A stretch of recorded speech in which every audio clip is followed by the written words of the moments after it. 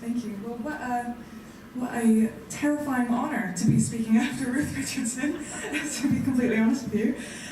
My paper is going to touch on actually a couple similar points, quite similar themes, although we're fast forwarding about 50 years now. We're almost to the 20th century.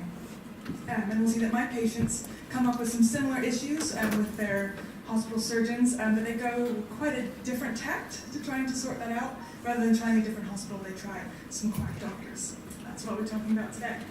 So I don't think I need to introduce myself anymore. I've done a brilliant job of that, but I'm Kristin. And my talk today is actually drawn from one of my thesis chapters. It's not exactly the same though. I've tried to refocus it to fit more closely with today's discussion. So hopefully I'll be able to explore a little bit more about the clinical experiences of late Victorian Londoners, particularly working class Londoners in their own voices. And I've titled my talk, "Don't You Think the Moorfields Doctors Knew Better Than This Indian?" Which is quite an inflammatory thing to start with, but not my words. That is a question that the coroner put to Emily Mace at the inquest into the death of her 6-year-old son, which was held in the autumn of 1893. Mace supposed that the child was born blind in consequence of her being frightened by a dog during her pregnancy. There's some interesting superstitions around blindness I come across in my research. And she had taken him to Moorfields, but as she testified, that they did not do him any good and removed him. One day near her home in London's East End, she was given a handbill which read, "Numerous blind people cured. Dr. Jahangir, the Indian oculist, uses Indian medicine and examinations, 3 days free." This is not actually his advertisement, but it's from the same time period and just down the road in Whitechapel. So Emily then brought her son Harry to the oculist for several weeks, who then rubbed medicines into the child's eyes. And then 1 week before the inquest, she noticed her child looked strange and summoned a doctor. Dr. Frederick Riley, the GP who arrived, testified that he found the baby collapsed and dying. Upon examining the eyes of the child, he described the globes to be like balls of chalk. The cause of death was given as convulsions brought on by the cold weather, and it was determined that this was accelerated by the oculist's treatment. Now, I tell you this first story to highlight just a few points which will be relevant to my paper today. First of all, that itinerant Indian eye surgeons or oculists were a much broader phenomenon in Victorian London and indeed England generally than just the individuals we're going to be talking about today. But also, I think that coroner's question just brilliantly sets up what I'd like to discuss. Why had Emily Mace thought that an itinerant Indian eye surgeon would know better than the doctors at one of the greatest specialist hospitals in the world, which was right at her fingertips? So in my talk today, I'll be focusing on a much bigger trial, a group of Indian oculists that took place just a few months later, slightly further into the autumn of 1893, and which attracted considerable media attention both in the lay press and the medical press, indeed arguably more in the public press.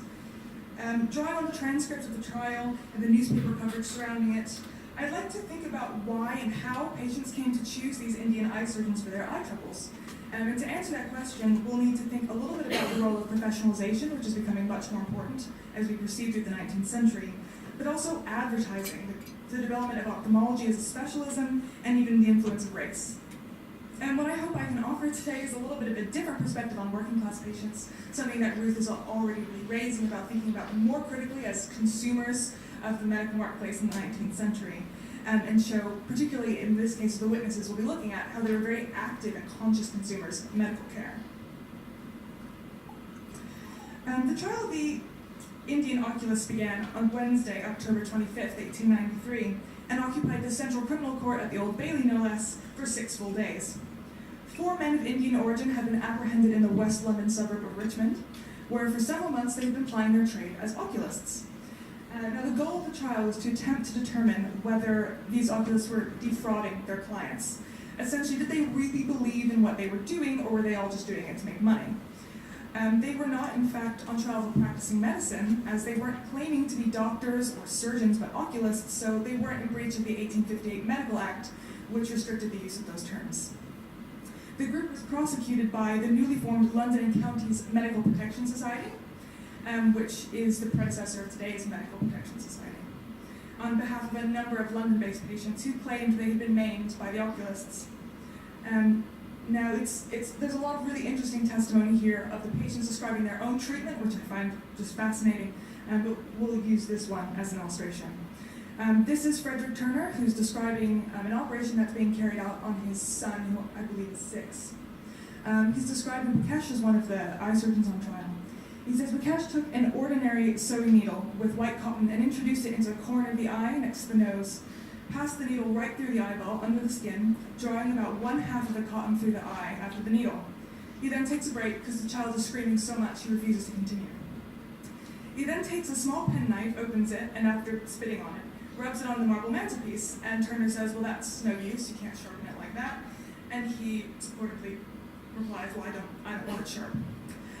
He then leaned over the child, commencing to saw with the penknife back and forward until a piece of the skin was completely cut away. So the needle thing is a bit different than some of the other testimony, but the removal of a piece of the eye, a skin about a 3-penny piece size, as they describe it, is common with all patients. And I've included this image here. It's one that I examined more in my thesis, but this is actually a 19th century Indian oculist kit they have here in the Hunterian Museum, which was collected by someone I talk about later on, but it's a fascinating piece of equipment. And just from, you can't see the needles actually there in the little bag there, but you can see how regular these tools are. They're very normal looking scissors and needles, very commonplace items. So in order to try and unravel the diseases that the patients who went to the oculist had been suffering from, and whether these were or weren't correct procedures for those diseases, the prosecution brought together a really impressive group of expert witnesses. You can see every single one of them is a fellow of this college. And even if you don't know anything about 19th century ophthalmology, just looking at their titles, you can sense these are some pretty big wigs in their field. I'm particularly interested in Charles Nottage McNamara, who's pictured here. He's the consulting surgeon at Moorfields, and he previously worked in the Indian Medical Service at the hospital in Calcutta, where he'd been a lecturer as well as a surgeon. And he was able to provide some background for the court on the practice of eye surgery in India. Oculists, as he explained, were part of a hereditary caste of medical practitioners in India, typically from the Punjab region, who traveled throughout India treating eye diseases with carefully and secretly guarded techniques and medicines that were passed down from generation to generation. Now, it was believed that the Indian oculists were drawing on the ancient practice of couching in their practice in London. And this procedure is described in about the year 800 by Indian medical philosopher Shustra. And it's a procedure by which a puncture is made in the cornea, and an instrument is then inserted into the eye to push down the opaque lens, which is the cataract. That's what a cataract is. For someone who's been blinded, this would have been a seemingly magical procedure. Blind 1 second and able to see instantly the next. However, with the lens left floating free in the eye, the odds of post-surgical infection or glaucoma developing later is incredibly high. And in a worst-case scenario, the opaque lens would actually just float right back into place, leaving you blinded again. It's actually one of the earliest surgical procedures we have. And couching was performed across the world until the mid-19th century, when new techniques for cataract surgery were invented in Paris, which actually removed the diseased lens rather than leaving it in the eye. The introduction of antiseptic surgery and the invention of the ophthalmoscope heralded a new age of ophthalmology by the mid-19th century. So cataract couching was presented during the trial by expert witnesses as cruel and out of date. Here, George Anderson Pritchett is testifying, "I should say that couching has been practically abandoned for 50 years. There have been instances since, but the operation appears in books as a relic of the past, or rather as a thing to warn people against. It was not a common operation 50 years ago. The operation of extraction had been discovered long before that." But this isn't exactly true. The famous London physicians Percival Pott and William Hay remained staunch advocates of couching in the late 18th and into the early 19th century. In Sir Jonathan Hutchinson's days at Moorfields in the 1860s, so just 30 years before this, lens couching was still the standard operation in use. And less than 10 years after the trial, in 1901, leading London ophthalmologist Henry Powers, who's at Barts, would argue that couching was still the correct procedure to be used in certain cases. So in the late 19th century, we're seeing still very considerable confusion and overlap between rhetoric and practice around these different procedures. Elsewhere in Britain's Indian Empire, eye couchers represented a conundrum for the authorities. On the one hand, British surgeons were strongly against the persistence of this unprofessional practice. And here we have H.E. Drake Brockman, who is the man that donated that kit to the Royal College of Surgeons, I think with the intention of proving correct this statement, how very barbaric the practice was. He says, "The whole thing from beginning to end is one of charlatanism and deceit of the worst description. And yet these impostors are allowed to wander broadly over the length and breadth of the country, inflicting suffering and misery and openly deceiving the ignorant people of this country." In an early 20th century study, it was determined that about 46% of the patients treated by itinerant oculists in India maintained good eyesight for 5 years after the operation. However, that left the other 54% for the British medical services to deal with. Yet these frequent complications did nothing to squash the practice in India. The rapid and miraculous ability to cure blindness without a lengthy hospital stay was still very appealing for Indian patients, and perhaps so too in London. Yet the patients in this trial, unlike those living in India, had at their fingertips specialist eye hospitals and still chose the Indian eye surgeons. So let's think a little bit more about why that might be. The first suggestion I'd like to make is one of cultural norms. I think in a long review of English medical culture, seeking professional physicians' help for an eye disease was a relatively new idea. After couching for cataract was introduced to England from India, the English founded their own very unique tradition of couching for cataract. In the 17th and early 18th centuries, oculists combined the techniques of the Indian operation with the flamboyance and showmanship of a European mountebank. The Chevalier John Taylor, pictured here, became renowned throughout Europe in the late 18th century. As a skilled operator of the eye, he did in fact have a little bit of surgical training, but not actually qualified in any way. And as George Coates observed in the early 19th century, the taint of quackery appears to have deterred respectable surgeons from meddling with the subject of ophthalmology, and originally it was very difficult to recruit medical students to study the eye, as it was still perceived as being a very quackish specialism. So basically, until the mid-19th century, if something was wrong with your eye, it was seen as generally safer to go to an itinerant oculist than to go to a hospital, because at a hospital you wouldn't be seeing someone who's a specialist. Now, obviously, in the 1890s, we're talking about a considerably later time period, but you can imagine this is within living memory that the practice still would have existed, so you can imagine that popular wisdom in certain cases might not have caught up with the scientific advances. I think it's also really necessary to consider the importance of eyesight in 19th century Britain. The Victorians had an absolute obsession with the eye, which reached its peak at the end of the 19th century and into the early 20th. Harry Critchley observed in 1906 that the question of eyesight has, in late years, assumed such an importance in social and commercial economy as was not dreamt of 20 years ago. The eye was represented as a culmination of human superiority. Even Charles Darwin was unsure that such a complex organ as the eye could have evolved by natural selection, demonstrating surely space for divine guidance. In order to see a friend in the street, to read an advertisement, or to work required good eyesight. And as this Moorfields surgeon observed, as terrible as it would be for a wealthy person to lose their eyesight, it is infinitely worse for the working classes. For the working class, eyesight was necessary for earning a living, and indeed the Victorian working classes suffered from notorious poor eyesight caused by poor living conditions and industrial accidents. The record of London's hospitals are full of accidents leading to blindness, and I've done a study of ones from Bart's of accidental blindness, and they're pretty horrendous. Sticks and stones being thrown by children in the street is probably one of the top causes of blindness. You should just tell them to stop doing that. But also accidents in the homes. There's a lot of home working in Victorian London, sewing, things that women are taking in out of hours, so you get sewing needles in the eye, scissors in the eye on accident. But also stray pieces of metal working at the docks, the factories. Also in poor sanitary conditions, eye infections spread rapidly, and these diseases like smallpox could often result in blindness, which is the case of this blind bookseller. He says, "I only wish vaccination had been in vogue now. Then as it was now, I shouldn't have lost my eyes." Social investigator Henry Mayhew, who did this interview, in his interviews with the London street sellers in about 1850, paid particular attention to blind beggars and street performers, who he perceived as the lowest of the low. For this reason, the patients who ended up with the oculists were really avoiding blindness for their lives. Being blind was not an option. So who are the patients at the trial? Are they really the lowest of the low? And I think that this really resonates with what Ruth was saying, because the answer is no, actually.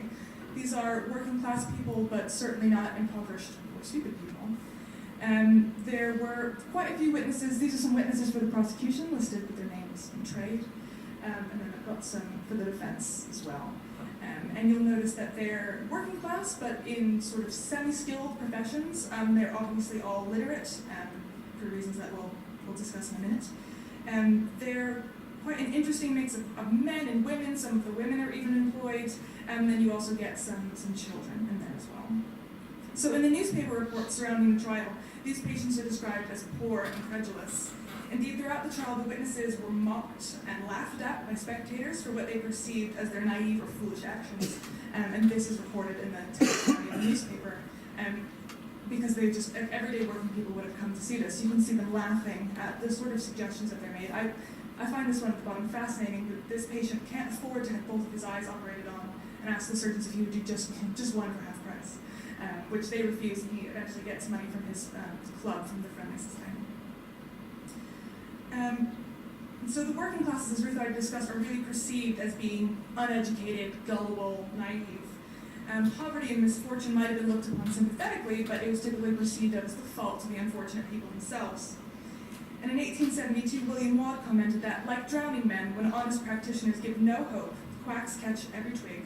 Thus, love of life on one hand and the love of gain on the other create a tolerably good correspondence between the quack and public.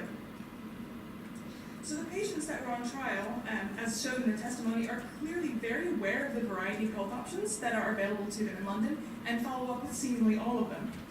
These individuals visited chemists, workhouse infirmaries, private doctors, outpatient wards, or they'll go to one or even several specialist hospitals. Particularly the London-based witnesses seem to try a plethora of London's newly emerged specialist eye institutions. I have a list here, but it's the Royal Ophthalmic Hospital in Westminster, the Ophthalmic Hospital in Marylebone, Moorfields, Charing Cross, Guy's, Bart's, Grayson Road, it's literally all of them. And at these institutions, the working class patients were treated by some of the most famous surgeons of the day, many of whom we've seen were called as witnesses: McNamara, John Bowring Lawford, and even Edward Nettleship. And in each case, these patients were dissatisfied with their care and decided to seek options elsewhere. So this tells us a little bit more about why patients are willing to try the oculists. It's interesting to think about how. How would you hear about someone like this? And the answer is really twofold: advertising and social networks. Advertising was really more or less invented by the Victorians. And while printed advertisements, apart from maybe trade cards, were rare at the beginning of the 19th century, by the end, Victorians produced a staggering array of advertisements to suit a huge variety of print culture, from almanacs to periodicals. In the world of medicine, though, the testimonial was perceived as one of the most effective forms of advertisement. I think this is just a fantastic quote from the Druggist Circular, and that actually getting the endorsement of working class people, everyday people, is more valuable to celebrities for selling patent medicines. You can actually see here, this is the handbill for one of the oculists who was on trial, from their former work in the area of Bradford. This was collected by the India office, who was very interested in this trial, and did quite a lot of snooping about it, and actually they had to foot the bill later to send them back to India. John James Woodruff, a printer based in Wandsworth, testified he printed approximately 100,000 handbills for the Indian oculists in the year 1892 alone. The first order was made for about 50,000, and then they updated it with addresses and then moved around London. According to Woodruff, these were then distributed by men in Indian costume as fast as I could get them done. These handbills consisted mainly of testimonials in which working class people are recommending the services of the oculists. Whether these were forced or falsified was a subject of considerable interest during the trial. Once the handbills were distributed, of course, those social networks became the main method through which potential customers discussed and assessed the treatment that the oculists might be able to offer. Charles Ralph, for example, was passed a handbill by his sister, and then they went together to meet the oculists. Jane Russell received a handbill and then read it to her husband, who was blind. And she says, "Our friend Mr. Reed spoke to us, and it was in consequence of this that we went." Without any sight, these patients relied on friends and family for assistance day-to-day, as well as locating potential sources of treatment. After hearing of the oculists in Bradford, William Randall went down to his local, the General Gordon, just to ask around, see whether people had heard of the oculists. But similarly, when an operation failed to bring relief, complaints were spread through the same social networks, with Charles Ralph later warning his cousins across southern London not to visit. However, I think it's interesting that the opposite is also the case. The oculists were defended by a number of people, particularly from their previous work near Bradford, who felt that they'd been cured by their handiwork. John Crowder Stevens, as a witness for the defense, reports that he'd lost his sight as a child as a result of brain fever, and had been taken by his parents to every eminent physician across the country. He was given up for blind by ophthalmologists in Norwich and London, and yet, as this quote shows, he had immense success with the Indian oculists. Walter Butler was so pleased with the oculists' work on his 10-year-old son that he traveled from Wellingborough and posted bail for them at the London trial. So something I won't really have a chance to talk about today, which is a shame, it figures much bigger in my thesis, is the question of race in the trial. Of course, these are not only unqualified oculists, that's not really what we're dealing with here. These are people who are foreign to their patients, both in terms of their ethnicity, their religion, but also their language, and the language barrier is something that comes up a lot in the trial. So during the trial, the prosecution does focus more purposefully on their lack of training than their origins. But certainly the patients didn't seem adverse to having someone who was from a different country operate on their eyes. Indeed, the oculists are described by the patients as clever Indian gentlemen. This characterization of the oculists as gentlemen is particularly important at this time, especially as people of Indian origin are coming to play a much larger role in British culture by the late 19th century. Indeed, a year earlier, the first ever Asian MP, Dadabhai Naoroji, had just been elected to Parliament. So in this picture, we can see them represented in similar westernized suits, although in an earlier one, the court drawings show them wearing turbans, and I'm not sure if that was just an artistic fancy or in fact the case. Yet the oculists were not exclusively perceived of as westernized. Indeed, they made use of their own racial difference for advertising. We already heard that the handbills were distributed by performers in elaborate Indian costumes, so clearly the oculists were happy with trading in on their exotic associations. An appeal to the exciting East was a popular trope in Victorian patent medicine advertisements already, and with pear soap possibly being most famous. However, to say that racism was absent from the trial would not be true. The newspapers recorded hostility towards the oculists by the general public, and they were greeted each day by angry mobs who threw rocks at them. The language of the prosecution has a strong racial undertone, calling the oculists barbaric, cruel, and uncivilized. When a qualified Indian physician was called as a witness for the prosecution, he was dismissed by the newspapers as being as qualified to operate on a human eye as a child. And this even though he'd actually been trained by their key witness, Charles McNamara. In the end, the oculists were found innocent of their charges. While the English ophthalmologists branded their techniques cruel and unnecessary, it was clear that the Indian oculists genuinely at least believed in the efficacy of their techniques. It was begrudgingly admitted by Dr. Dodd, who examined the eyes of all of the witnesses, that in some cases the Indians' operations may have helped, or at least not damaged, the state of the patient's eyes. Many of the medicines they used couldn't actually be identified by English chemists. They weren't in the English pharmacopoeia. But again, it was admitted that they could have proved effective as counter-irritants. Indeed, the oculist lawyer, in his concluding statement, highlighted the discrepancies that the medical witnesses were presenting amongst themselves about what the correct procedures would have been for the different eye diseases that they were treating, and even went as far to suggest here in his closing statement that the trial was based on the jealousy that the Indian oculists were stealing trade from the specialist hospital ophthalmologists. I don't think that's true, but it is an interesting point.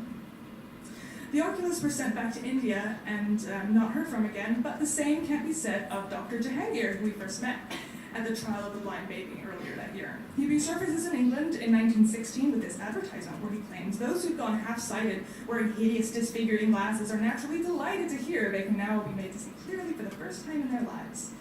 Indeed, Indian eye surgery continued to be very fashionable in the early 20th century, except for maybe a lapse of a few months after the oculist trial. So I really could spend all day telling you about this fascinating trial. It's interesting just in so many different ways. It's a rare pleasure as a historian just to get to hear everyday people talk about their own health and illness, and especially interesting to hear working class people describe their own understandings of the eye, sight, and how that could be operated on. At the end of the day, really, ophthalmology by 1893 hadn't actually developed far enough to effectively treat many of the diseases that these patients were complaining of, such as ocular atrophy. With blindness often meaning destitution, Victorian patients clearly took advantage of every possible avenue available to them, and it's obvious from the trial that the Empire and Imperial practitioners were at least occasionally a part